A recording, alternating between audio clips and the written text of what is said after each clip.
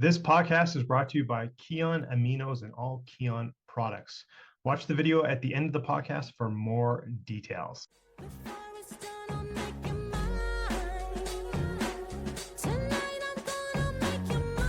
Welcome to the Deepak Saini Show.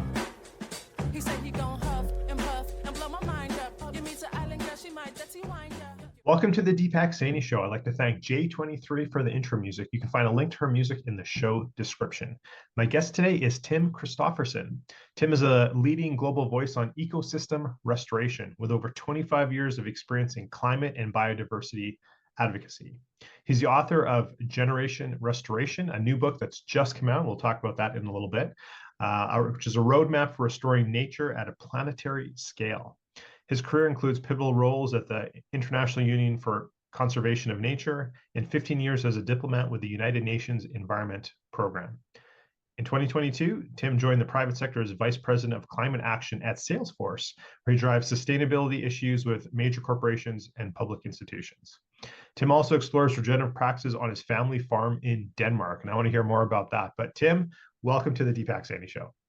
Thank you, Deepak. It's good to see you. Maybe we just start off there. Tell me a little bit about the family farm and regenerative practices.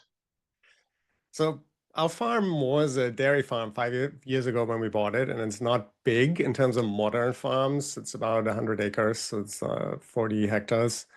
But we're converting it from that typical intensive industrial agriculture to a permaculture farm with agroforestry, so planting a lot of nut trees and walnuts, and do rotational grazing with sheep underneath. So we do this what's called adaptive multi-paddock grazing, where you have high intensity grazing for short periods of time, which really draws a lot more carbon into the soil, is much better for biodiversity, and makes for great agricultural produce. So yeah, it's a hobby. Yeah, a bit more than that, actually. Yeah, I have to admit, at first I thought you were going to say like this is like multi-generation. It's been my family and my grandfather started. It's like, no, only 5 years. So this is like a your own project. So that's amazing.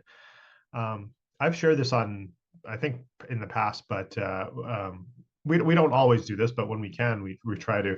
There's a number of farms where I live here in Alberta, Canada, that do same type of practices for cattle. And so we'll go buy a whole, head of a whole cow or half a cow or whatever that were good for, 6 months or what have you. But I was very adamant about like choosing the farmer or the farm I was going to go. So I kept bugging them, can I come for a tour? Can I come for a tour? And they were just like, we don't do tours. And then finally they're like, okay, we made this event, so we're gonna invite a bunch of people and you can come. So like, okay, so we went there, the whole family there, and they did a tour and we had a nice, meal of their beef.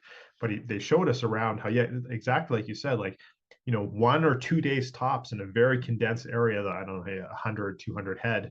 And then they'd move them just slightly over and they keep doing that. So by the time they come back, it's like weeks or months even before they come back to the same piece of land. So that was very eye-opening for me. And I was like, okay, yeah, these check, and met all the things that we were looking for. Yeah, I think that's amazing that you take that sort of deep interest in where food comes from. But I think we should all do that because it's such an important part of not only our lives, and we are what we eat literally, but also of our culture. So I think a lot of that cultural element of food has been forgotten, as has been our relationship with nature. And food is definitely one way how we can recover and rebuild that relationship, which is the topic of my book. And we're trying to do that on our farm here. And what is most amazing about it is how quickly nature responds and bounces back. That is really phenomenal, what we see in just a few years with the trees we've planted, with pollinator flower strips, and just with the abundance of wildlife that comes back alongside the diversification of the production farm. Nature is amazing. Yeah, absolutely. You brought up another question I have here, but before we go, I want to go back to your farm for a second. So you said sheep. Do you have like chickens or ducks or like other animals as well? We have chicken and ducks and sheep. We haven't sort of ventured into cattle yet because they're a bit harder to handle, and it is not a full-time occupation for us. So, right. But we want to mostly go towards perennials and trees and agroforestry, which is also a longer term way to establish that permaculture. Once you've established trees and they grow well and you can harvest, it's basically a very long-term setup, unless, of course, climate change disrupts what we're planning to do here. But the aim is to have an agroforestry focused farm. Right. Now, Tim, you might have a unique perspective on this. I've shared this before in podcasts or just general out there. We haven't used any pesticides or herbicides or anything on our property, and we just have 2 acres. We don't have a ton. We don't have a farm. We just have a acreage on a big house on an acreage. But we haven't used anything for 5-6 years. Theoretically, if I went to it, I could be considered green or whatever the different labels are. Off air, we talked about some of the wildlife that comes into my yard, etc. Do you think that helps? Do you think animals, obviously, like a moose is an example, right? We were talking about that. They have a great migration area, but do you think they're attracted to areas where they know it's a little cleaner, maybe, to put it that way? Oh, for sure, because what is attracted first to those areas are insects, which are, of course, then the basis for much of the food chain for many birds, but also bats, and for many mammals, and the flowering, the diversity of flowers, and also the health of the plants, of course, attracts then many of the herbivores. I would even say, though, and this science might only be able to prove in about 50 years or so, but well, who knows, with AI, maybe sooner. But I would go further and say the animals are also attracted to the intentionality of humans managing the land. And this might sound esoteric, but it's actually there are more and more studies that show how you manage your land and what your intention is as the human ecosystem engineer and as a human steward of the land has an impact on how plants grow, what wildlife is attracted. And we are only starting to find out how that actually works, but we are, in a sense, all made up of the same energy turned into matter, whether we're people or animals or other physical matter. So we're all from the same source. And of course, how we act and how we position ourselves and how we channel that kind of energy that flows through us has an impact on how other life responds to us.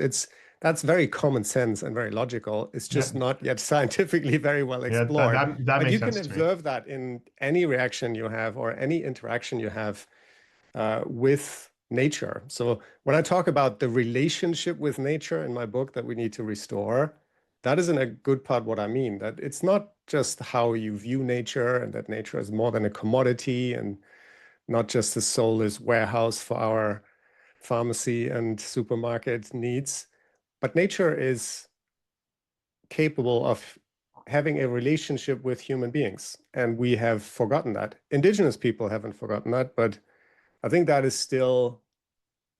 knowledge is still within all of us. So I would go even a step further than say, just because you don't spray pesticides on your farm, of course, makes it more attractive for birds and animals and mammals and even the moose who keeps visiting you. But Right. I think it's also the intentionality that you bring to the land, because your family is an ecosystem engineer and you are a steward of your land. Yeah, And Tim, there is some energy that you put into the land. yeah, Tim, I'm going to come back to this. You mentioned it, but it's in the book. Our relationship with nature. I want to come back to that in just one second, but I just want to bring for the audience. They're doing these tests in elementary school, middle school. With plants. Raising seeds, and do you give love and intention and positive words to the seeds versus not, right? We've done these experiments with kids, so I think that intentionality is very important. Anyway, but back to and maybe Tim, let's just get it out of the way now here. The book just got released here, at the time of our recording here. So Generation Restoration there. So everywhere you can find books, Amazon, your local bookstore, Barnes and Noble, wherever you live. But you mentioned a second ago, about our relationship with nature. Why is our relationship with nature broken, or maybe not as healthy as it could be? So if we were in a relationship like a marriage with nature, which, we're not, but I would compare it to where we're headed for divorce, because we have basically taken everything from nature, stripped the natural world down to what you could describe as a 10% world. Only 4% of the weight of all mammals on the planet are still wildlife. The rest are humans and livestock. We've lost 73% of all wildlife populations since the 1970s. This is, within my lifetime. Right. And we are acting as if we can just keep going on in a relationship like that is purely extractive and exploitative and abusive. And I was just going to say an We're abusive sort of in a relationship. suicidal war with nature, not realizing that nature is us. Nature is our family, it's our home, it's our balance. So I think that realization is starting to dawn on people. And with that also, of course, the rise of this restoration movement that we see across the world that comes by the name of rewilding in some places, or ecosystem restoration, which is a term I prefer because it's more Sorry, can you scientifically say that term grounded. again? Can you say that term again? So rewilding is a strong movement in the UK in particular, but it has to me a bit of a connotation of being the Northern Hemisphere focus. But ecosystem restoration is the term that the United Nations uses. We're actually in the UN decade on ecosystem restoration right now. We're halfway through it. And there are movements all across the world into regenerative agriculture, into linking more again with nature, into rewilding, into local restoration. So I find that very promising. And I think because we realize that humans are part of nature, we are part of nature, and nature needs us. Probably not as much as we need nature, but nature needs us right now. And we will rise to that occasion and come to nature's support. And we can start to see that everywhere. Tim, we just dove right in because you're talking about your family farm, just got me like on that tangent. But I always like to start off with, so I'm just going to come back to it now. Like, how did you find yourself um, interested in this part of this movement, and then that's translated into your career? I guess it started when I was a kid. I grew up in a rural area. There was really not much else to do but spend time in nature. So I went a lot of on hikes. I went camping and fishing and long walks in the forest with my grandfather, who was a forest ranger. And that really shaped my view and understanding of nature as something that is not only enjoyable, but that is alive and related to us. We are part of nature. And when I then later studied forest sciences in university, that is, of course, thoroughly driven out of you, that mindset of an emotional connection with nature. Everything is about numbers and figures and metrics. And when I took walks in forests after my studies, I saw everything as, cubic meters of standing volume of timber that could be sold for that much money. Saw all the plants and animals by their zoological, botanical names, and you categorize everything like we tend to do, but then we lose the view of that nature is a system, and a holistic system that is interdependent. We tend to see species as sort of separate entities that mostly compete with each other, but recent research in ecology shows that collaboration is much more common in nature than competition. So when I started my career at the International Union for the Conservation of Nature, and was very focused on saving nature in Eastern, Southeastern Europe. And then for 15 years, I worked at the UN Environment Program. I was the head of the Nature for Climate team at UNEP's headquarters in Nairobi. And my last role was to set up the UN decade on ecosystem restoration that we're in now. And then about 3 years ago, this company, Salesforce, which until then I knew very little about, suddenly had this very ambitious plan fueled by its CEO and chair, Mark Benioff, to launch the Trillion Trees Initiative, to basically add like a third of to all the world's forests and trees. Wildly ambitious, but he got lots of other companies excited, and the World Economic Forum, and they asked my advice at the UN on that initiative. And after it was launched in 2020, they just kept calling me for advice. And said, well, what should we do now? And how should we structure this? And at some point they just said, well, why don't you come and run this for us? And so I joined Salesforce in May of 2020. And what I find fascinating about it is that Salesforce is a data company. It's a world leader in customer relationship management. So there's about 200,000 companies in the world and 60,000 NGOs that we have a trust relationship with because we manage their data. So often their sustainability teams of Fortune 500 companies, they will come to us and discuss, what should we do about this thing called biodiversity that we heard about that seems to be so Right. important? What should we do about our water strategy? What does climate resilience look like? So it is that role that attracted me to the private sector, because I think we need speed and scale right now, which is really what the private sector is very good at. Yeah, absolutely. Here's a quick question. So, trillion trees, maybe a two-parter here. Is it more important to just get them in the ground, so to speak, or is it more important to plant them where there's a lack of them? There's a whole chapter on that in my book. I'll try to summarize in 30 seconds. Yeah, Most don't trees, give it all away. We want people to buy the no. book too. Yeah. Most trees don't need to be planted because Mother Nature, if you will, is actually the best custodian of forest regrowth. So we tend to use in our investments at Salesforce and tend to also recommend what is called assisted natural regeneration, where you take an area and you just remove the factors that lead to the degradation, like overgrazing or erosion or a mismanagement of the soil. And then you work with nature to restore a forest landscape. Now, in some cases, we humans are not very patient and we want the results faster. So in some cases, tree planting might be useful. In some cases, it is necessary.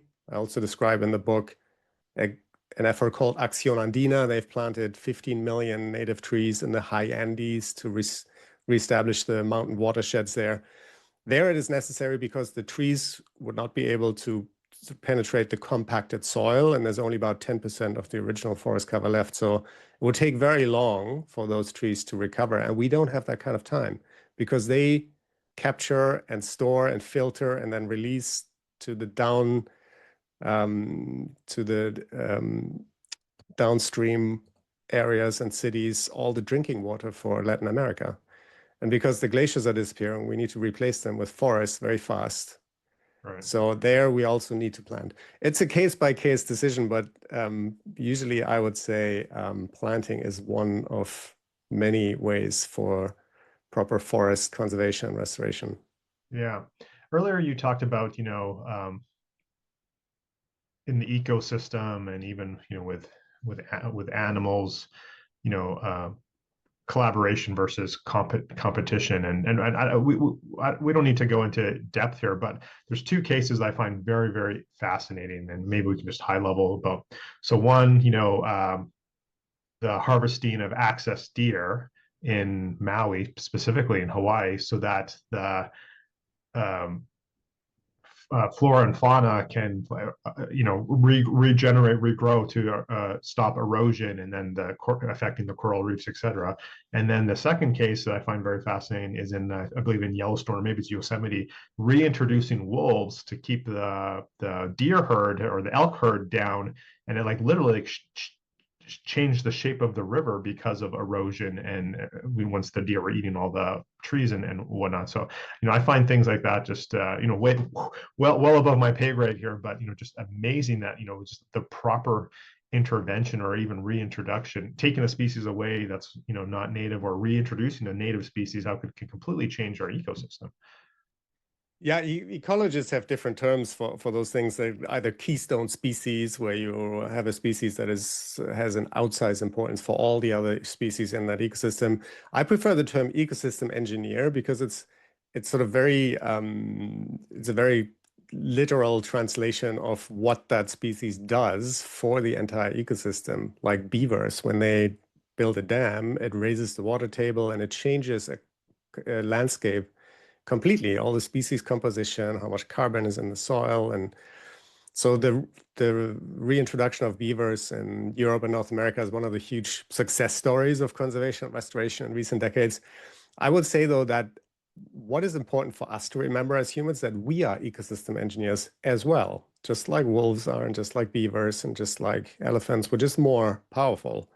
And we can be more thoughtful. We can also be less thoughtful, which we at the moment usually are. And that's why I say in the book, we need global ecological literacy, which at the moment we don't have. But once we have it, we can be the most powerful and the most benign ecosystem engineer on the planet. And in some areas, it's not possible to reintroduce wolves because humans and their livestock live there. But in those areas, we then play the role of the apex predator, or we play the role of regulating an ecosystem so that it has a high level of diversity, high level of carbon in the soil, a high level of productivity. So we should really embrace that role of being active stewards and guardians of this planet, rather than just seeing ourselves as sort of passengers in the watching nature crumble all around us. It's that we're underestimating and underplaying our role at the moment. And at the same time, because we don't think about the ecological literacy we need, we're playing it wrong as well. Yeah, good point, Tim. So outside of, like large organizations like Salesforce or the UN or, government bodies, what is, the average Joe, the average family, Europe, South America, North America, or whatever, like what's the, maybe two, three top things that we as like let's say it as a family unit, what can we do to like further the cause or help the cause? So my book is not a long to-do list of what you should or shouldn't do, actually, because I think that I've read many of those books, and to be honest, they've never really changed my behavior much, because I often know what I should be doing, but what is lacking is the motivation. So what I would ask people instead is to work on that new relationship with nature. Spend time in nature, spend time with nature, listen to nature, even if it's just once every day, or even if it's just a few times a week. It will be excellent for your health, among many other things. But that realization that we are part of nature and that we can learn much from nature will then trigger a whole range of changes in our behavior.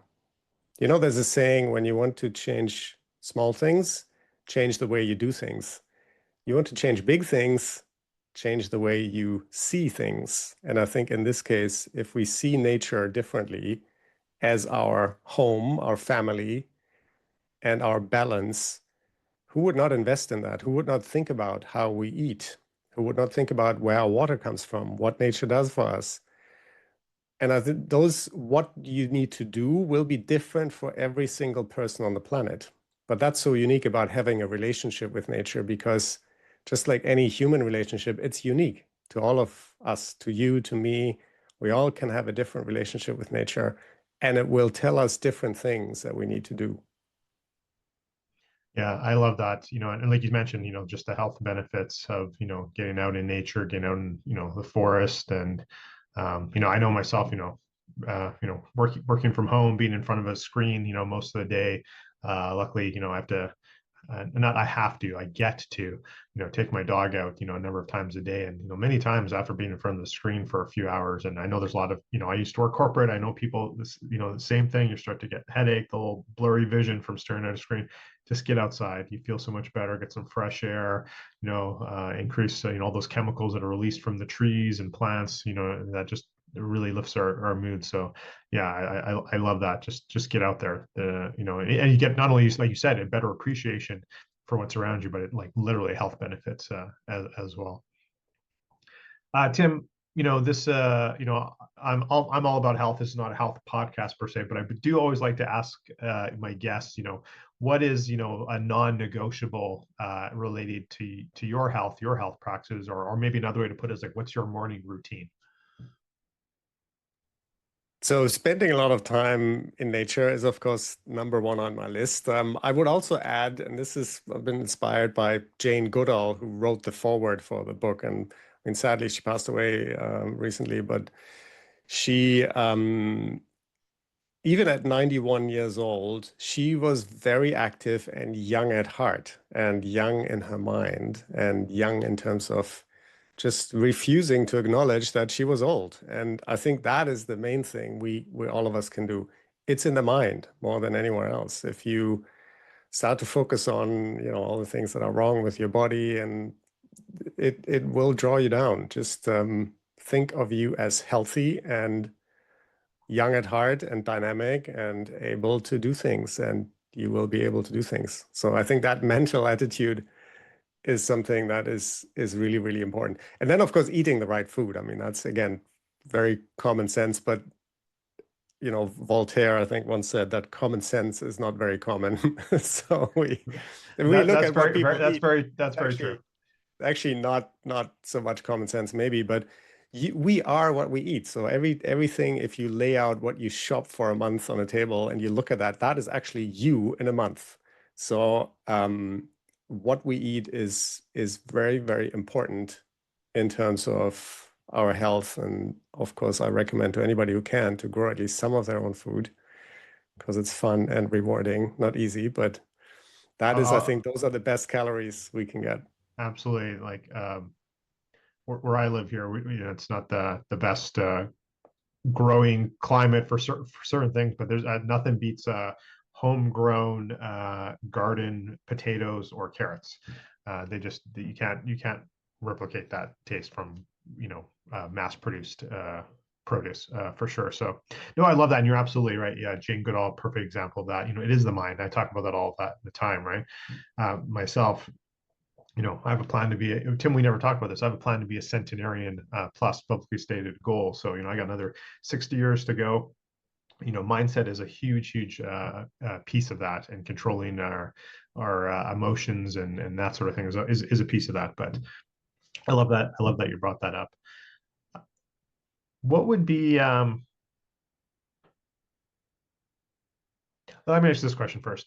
What is something, it doesn't have to be related to conservation or nature or anything, just could be related to your health, could be either one. What is something that you wish you would have like started earlier in your life?